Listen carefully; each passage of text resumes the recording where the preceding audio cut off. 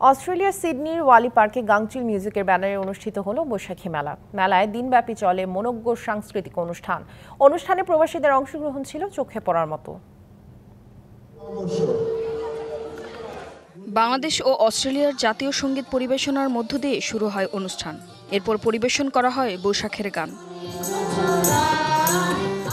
কবিতা আবৃত্তি ছাড়াও কিশলয়ী কচিকাঁচা, আগমনী অস্ট্রেলিয়া ও বিএসপিসি স্কুলের ছোট্ট সোনামণিদের পরিবেশনা ছিল মনোমুগ্ধকর।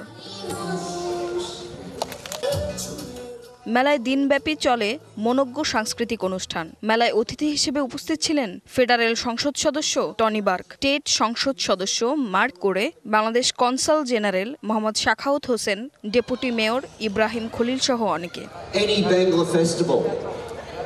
We celebrate the whole community.